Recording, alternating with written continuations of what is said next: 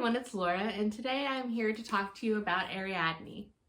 So this book is interesting because it's one of the books I picked up a few months ago at a used bookstore dealing kind of with updated mythology retellings, and I'm interested in it because honestly, mythology is very interesting to me, but I'll be perfectly honest, I don't have a lot of memories about things now if they're not directly related to Percy Jackson.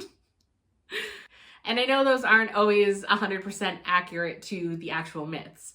So other than that, basically, I knew the story of Medusa and how she ended up coming to have her affliction and how she was defeated.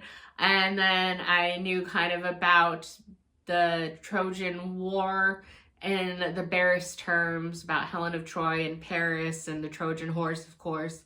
And I know about Achilles and dipped in the river Styx and that myth. In high school, I for sure read the Iliad. I have no memory of it. I just know that I read it.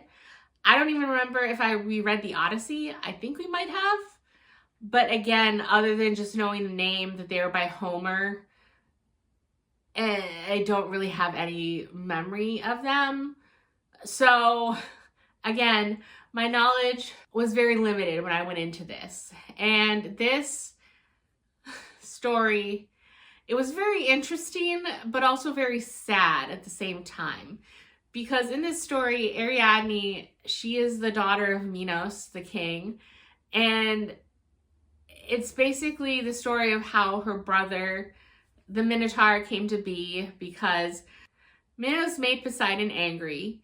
And so then instead of punishing him directly, Poseidon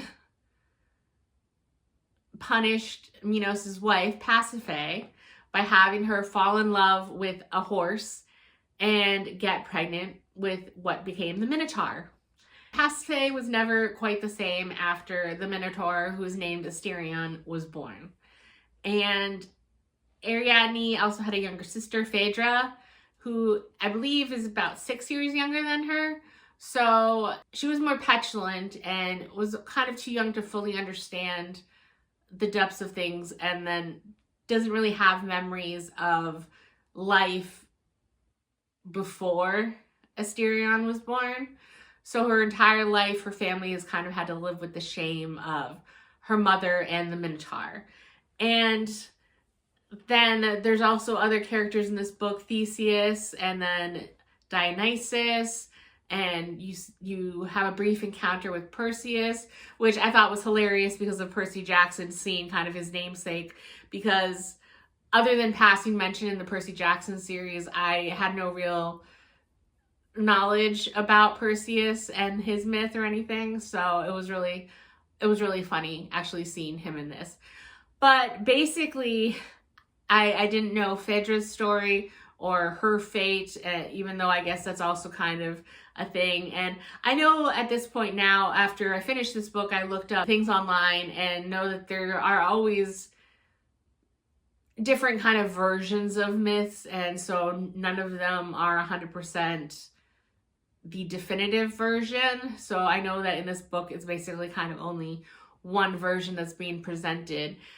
But this book just made me sad because it just reminded me basically of how harsh the Greek gods are and how they punish the wrong people a lot of times. And it's the innocent, usually women, that ultimately suffer the gods' wrath. And that even though the humans oftentimes try and do the best they can, they end up suffering in the end. Because Ariadne, she tries to make the most of her childhood.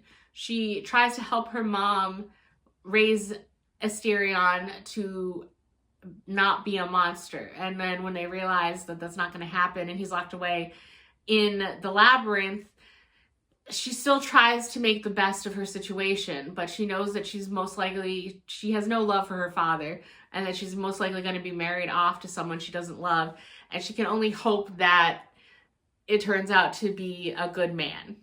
And then when she goes against her father and tries to help Theseus, that doesn't end well. And just at every step, she tries to kind of make the best, most moral, good judgment she can. And ultimately, things just don't go well for her. And then her sister, who is kind of blinded by youth at the beginning, she kind of faces her own hardships and kind of becomes a harsh realist at certain points, but also tries to make the best of her situation. And then again, she's kind of backed into a corner at certain parts. And I don't want to spoil anything because it's an odd situation to talk about, because these are well-known myths, I'm assuming, and they've been around for ages. So I'm not really spoiling anything. But then again, if you're like me at all and you go into this book and you don't know anything, I don't want to reveal too much about what happens in their story. But it is a very short book. I think it's like 304 pages, so it's a very short book. And so it went very fast. But I did, hello Oliver. I did feel really sad for all the female characters, and it reminded me again of how harsh a lot of the Greek gods and the Greek myths are. And while I'm really glad I read this, I don't know whether or not I want to keep this on my bookshelf, because I don't know if I'll be eager to be this depressed and read this book again anytime soon. But I am really glad that I read this. And then it does make me eager to read Circe, but also worried that I will feel similar things as I did here with a lot,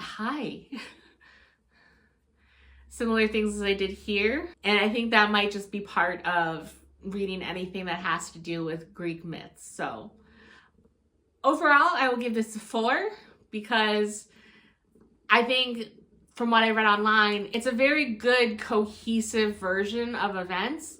And it does flow just in Ariadne's lifetime, going through all the different events, and makes it very easy to follow. And it doesn't feel like you're reading a textbook while learning about the Greek gods and the myths and what happens here. But it was not a 5-star. It wasn't one of my favorite books of all time. But I would encourage people to give it a shot, because it was well done. So 4 stars. Say bye, Oliver. And with that, we will see you next time. Bye!